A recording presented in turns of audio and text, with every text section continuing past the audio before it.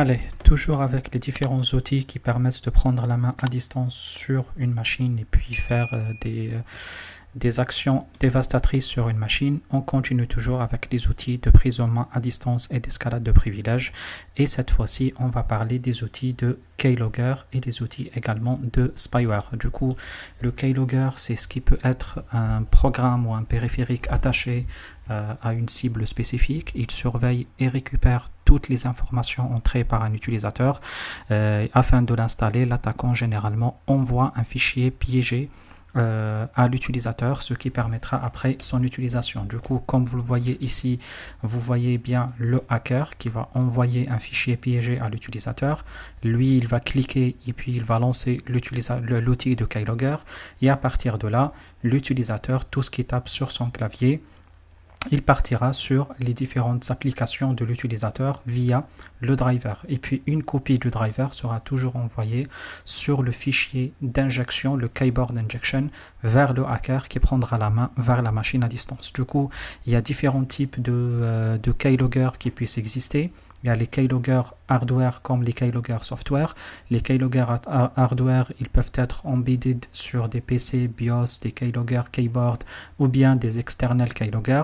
Et puis, ça peut avoir, par exemple, sur les external keylogger, ça peut être injecté sur des USB, sur des acoustiques cam keylogger ou via des périphériques réseau comme le Bluetooth ou le Wi-Fi. Après, les software keylogger, c'est des applications qui peuvent être attachées directement au système, au kernel, aux hyperviseurs, comme les hyperviseurs des machines virtuelles, ou bien les formes grabbing based keylogger. Bref, vous avez compris le principe. Du coup, ça peut être logiciel, ça peut être hardware, et ça peut prendre le format ou les différents types de formats qui puissent exister. Il y a différents types de keylogger qui puissent exister sur le marché aujourd'hui. On va voir quelques-uns tout de suite là. Alors, il y a aussi les outils d'escalade de privilèges comme les spyware. Et du coup, le spyware, c'est le programme qui a pour but d'enregistrer toute l'interaction de l'utilisateur avec le réseau sans que ce dernier ne soit au courant. Le spyware est un programme qui est propagé via différentes techniques qu'on a déjà pu voir en quelques instants dans les précédentes vidéos, et ça prendra surtout la main à distance sur la machine et permettra de contrôler la totalité des actions que l'utilisateur peut effectuer sur la machine.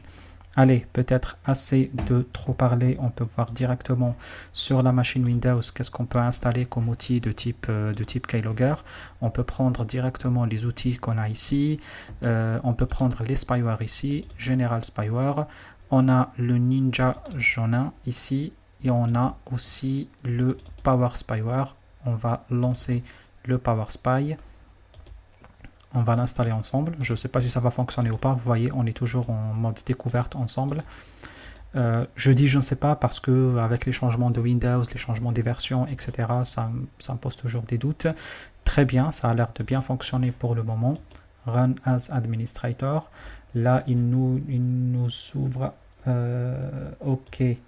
Là, c'est juste pour nous dire qu'on est en version. Je pense on a ça parce qu'on est en version. Comment dire, de test. Later, on achètera après. Il nous demande un petit password. Moi, je vais écrire admin encore, et puis submit. Your password is created. Do you use? OK, très bien. Du coup, on utilisera toujours ce mot de passe admin pour accéder au logiciel. Du coup, à partir de maintenant, vous voyez que du coup, register product, là, on va dire later, on va acheter le logiciel après. Et à partir de maintenant, vous voyez, on a la main sur l'outil. Du coup, cet outil est un tout petit peu orienté web par rapport à l'autre, mais à l'autre qu'on va voir dans quelques instants. Mais vous voyez que à partir de maintenant, on a la main totale sur la machine. Ce que je vais faire, je vais juste ouvrir un petit bloc-notes, j'aurai besoin de lui dans quelques instants.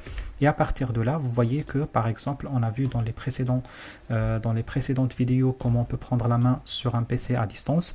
Et puis, une fois on prend la main à distance, on peut installer un outil comme PowerSpy. Il suffit de le lancer, le PowerSpy. Et puis, à partir de maintenant, vous aurez la totalité. Le PowerSpy aura la totalité, où il verra totalement ce que vous faites. Là, il vous dit CTRL-ALT-X.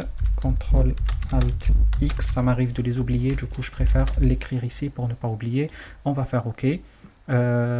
OK. Ok, très bien. Et à partir de maintenant, vous voyez que l'outil est totalement perdu, l'outil est totalement disparu de la machine.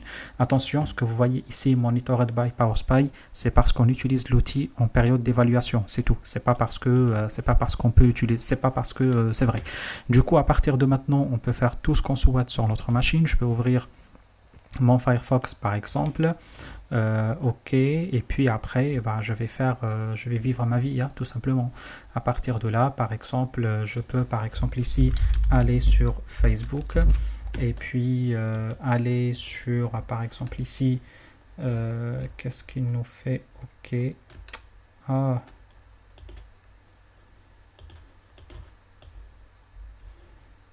comment je peux virer les cookies? Ouais, ok, j'ai bien compris.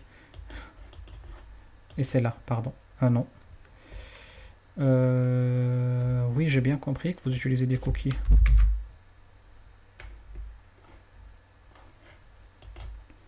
C'est bloquant et je ne sais pas comment sortir de ça.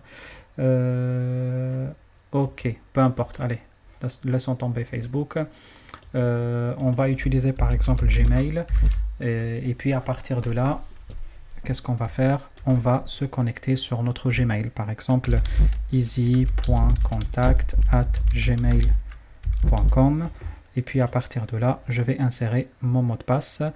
Le problème, c'est que sur Gmail, oui, c'est pareil. Il nous fait, il détecte l'adresse email. Après, qu'est-ce qu'on peut faire encore? Bon, vous avez compris le principe. Vous avez compris le principe. Je ne vais pas m'embêter encore plus. On peut ouvrir n'importe quel site, Twitter par exemple, ou ce que vous souhaitez. Par exemple, on peut chercher Twitter. À partir de là, X. Ouais, enfin, c'est parce qu'on utilise un navigateur très ancien. C'est pas grave, on va partir sur le nouveau navigateur ici. On va utiliser Twitter, par exemple. À partir de là, on peut y accéder à Twitter et puis insérer notre user ou notre mot de passe pour se connecter. Par exemple, se connecter, on a un compte qui s'appelle par exemple easy.fr suivant et puis insérer un mot de passe qui est ABCD, je ne sais pas quoi. Bon, vous avez compris le principe. On se connecte directement sur l'outil. Pareil sur Facebook, si on peut l'utiliser ici, c'est peut-être mieux. On peut utiliser Facebook avec easy.fr@gmail.com et encore, on peut l'utiliser ici avec le mot de passe azerty 1, 2, 3 et on s'est connecté sur Facebook. Vous voyez que maintenant on est en train de vivre notre vie normale comme la vie tous les jours et malheureusement ce qui se passe, du coup si on appuie sur CTRL ALT X, on peut ouvrir encore l'outil Ops, s'il te plaît, on insère notre mot de passe admin, submit et à partir de là, later, très bien. Et à partir de là, malheureusement, stop monitoring first, oui c'est vrai, il faut stopper d'abord et puis à partir de là, vous voyez, il nous a récupéré la totalité des actions qu'on était en train de faire. Il découvre la totalité des applications qu'on a ouvertes, qu'on est parti sur Twitter, qu'on a inséré des choses, qu'on a utilisé des comptes pour y accéder, on est parti sur Facebook, etc. On est parti sur Gmail et il nous donne les détails des informations qu'il a capturées. Il va vous donner la totalité des actions que vous avez faites, par exemple tout ce que vous avez fait, tout ce que vous avez ouvert sur votre session Windows, et toutes les applications que vous avez essayé d'ouvrir sur votre page avec les informations que vous avez insérées. Et puis vous avez compris, le microphone est activé, vous voyez, il comprend bien qu'il y a un microphone qui est activé, je pense que c'est celui que j'utilise là maintenant. Et puis il peut même encore click play. On peut cliquer sur play pour lancer, écouter le son qui est en train de tourner. Et là, il prend aussi quelques screenshots. Vous voyez, on a pris même les screenshots sur les pages qu'on a insérées. Là, vous voyez, vous vous rappelez de cette page-là qu'on a ouverte, etc., etc. Vous voyez à quel niveau c'est très dangereux. Tout cela se déroule sur votre machine sans que vous n'ayez aucunement la possibilité de savoir que ce genre de choses est en train de se dérouler sur votre PC en question. Après, il y a un autre outil. OK. Do you still want to start? Non. Non, par contre là, c'est pas le but. Are you sure? Non, ok. Yes. Qu'est-ce que je voulais dire? Attendez. Non, c'est pas ça. CTRL ALT X. S'il te plaît. CTRL ALT X. Encore, je le reprends.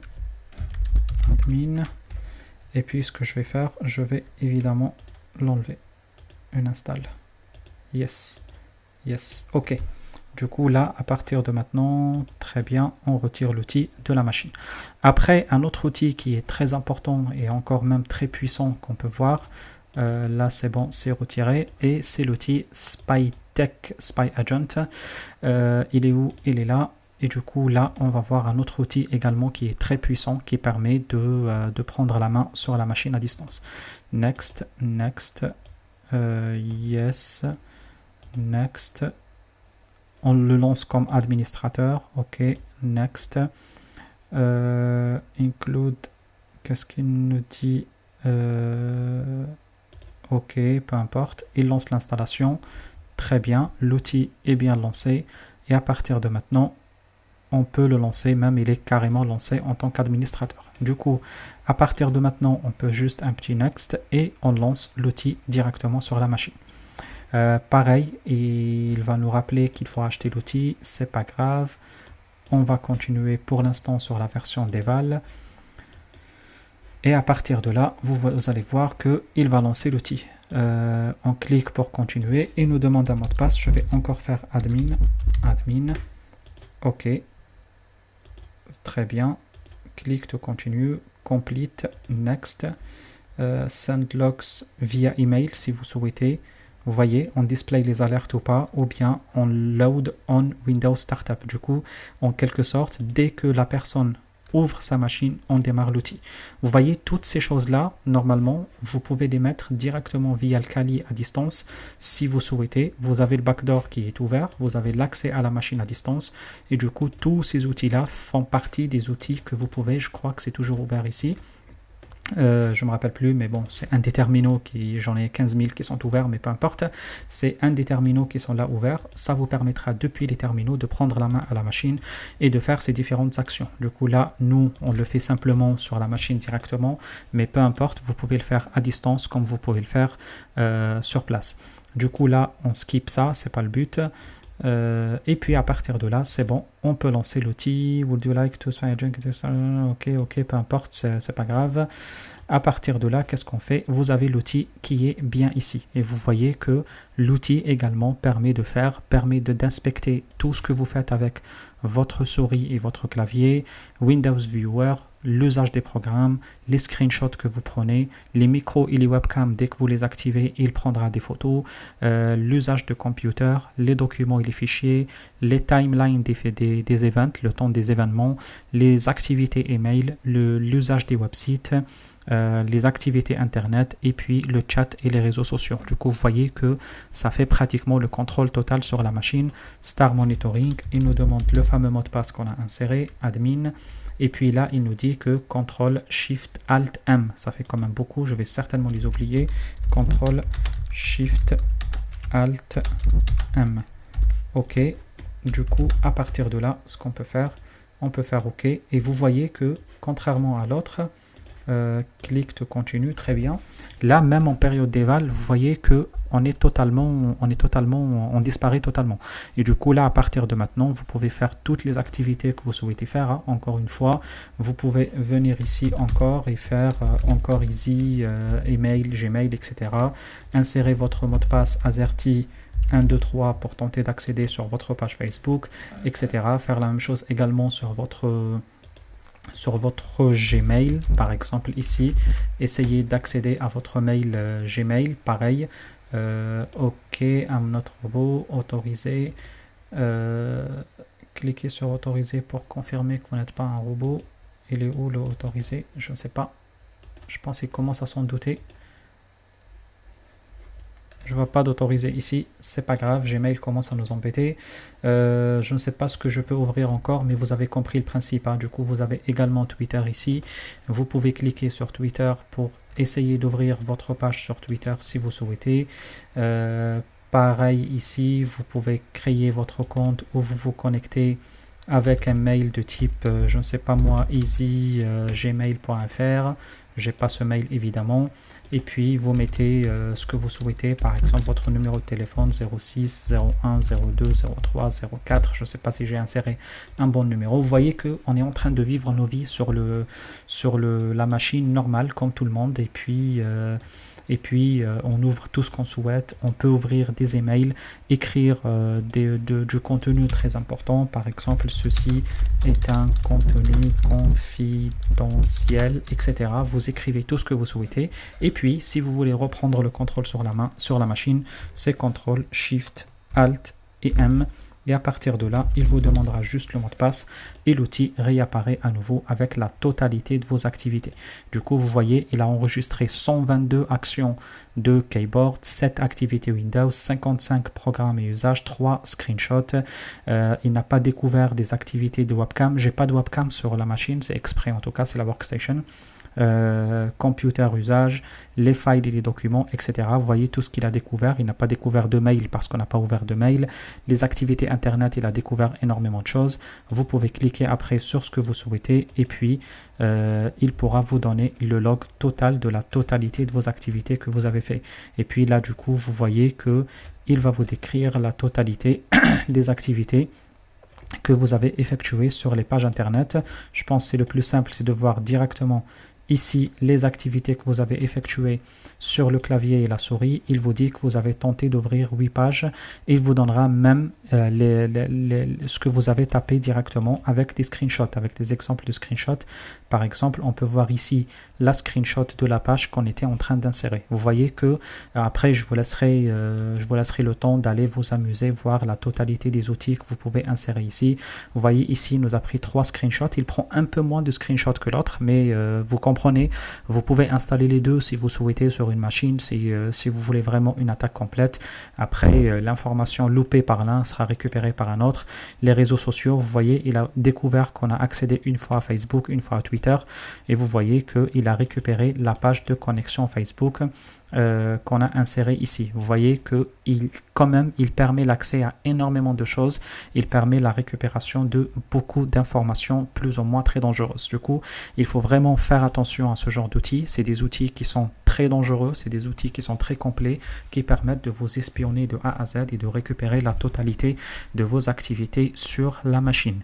Vous allez peut-être poser la bonne question qui est quelles sont les contre-mesures? Qu'est-ce qu'on peut faire pour